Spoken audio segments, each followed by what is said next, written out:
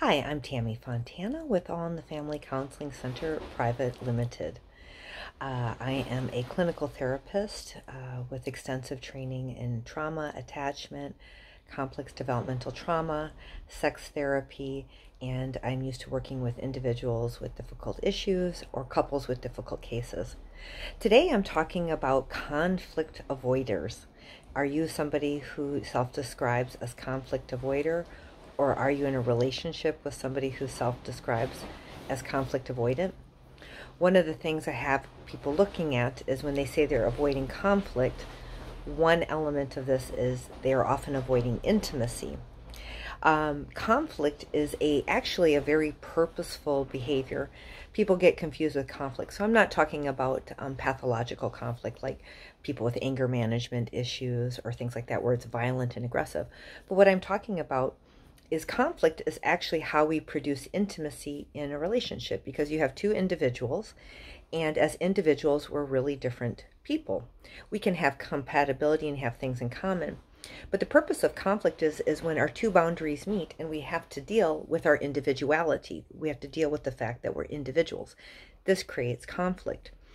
And what happens often with conflict is many people don't know how to do it, or they don't understand the purpose or meaning of it. And so people who are conflict avoiders often have come from a family background or combined with experiential background of when they reveal who they are, the other person gets angry. Because again, the purpose of conflict is often an output of I want an apple and I want steak. Oh my gosh, we're really different people. We're going to have to deal with our individuality. And this is where we have to learn how to discuss feelings. We have to know who we are, and we have to know how flexible we can be to actually form agreements to build some sort of solution. And people who are conflict avoiders often have gotten messages through the course of their life that you expressing your individuality is a betrayal to me. They often hear, they may have gotten messages of when they would express their individuality to a parent or another romantic partner, that they're hurting the person. Their individuality hurts the person. This is pathology. So when I'm expressing who I am and that hurts you, that's pathology. That's about symbiosis. If I'm just saying I like this or I like that and it hurts you, that's not healthy. And so this is a repeated pattern over time in which they have learned that expression of self, their individuality, creates problems and conflict, and it's very scary. And it's best to avoid conflict, i.e. intimacy. So it's very hard for them to reveal who they are, what they want. Conflict avoiders often kind of go hand in hand with people pleasing, because they're often trying to guess what you want, give you what they want, tell you what you want to hear.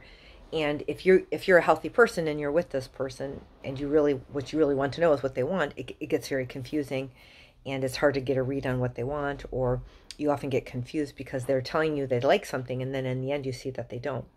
So if you're somebody who's struggling with, self-describing yourself as a conflict avoider or maybe also people pleaser, these are skills that you want to learn how to heal. This is often coming from a long established pattern in childhood growing up where you had to take responsibility for somebody else's feelings, usually a parent. You got a lot of repeating messages that your individuality is a problem for a significant person in your life. So you learned that individuality is scary. It's something you need to hide. And this is why you associate conflict quite negatively. Whereas in healthy people and in healthy relationships, we learn how to deal and accept our own individuality and learn how to deal with another, and we form agreements. And we don't take personally when somebody wants something different than us. So if this is something you're struggling with, it is definitely healable. It takes time. It can be kind of confronting and challenging, but it's something I work with people a lot of time. It's around communication and conflict and emotional management and boundaries. So if you'd like to learn more, please reach out and contact me. The details are in the link below. Thank you.